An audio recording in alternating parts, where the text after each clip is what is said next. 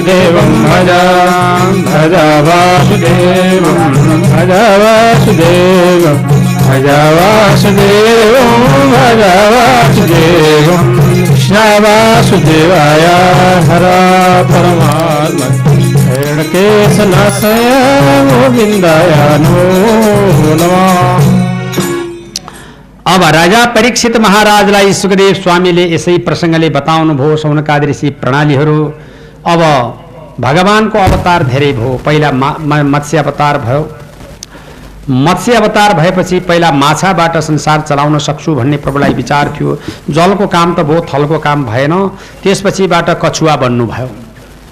कछुवा बनेपछि फेरि व्यवहार चलाउन गाह्रो भयो। किरोलाई त सबैले देवता स्वीकार्न सकेन नि। अनि बरा बन्नुभयो, बँदेल। बँदेललाई अब सुँगुरै भयो, कसले टेर्ने? त्यो पनि राम्रो भएन। अब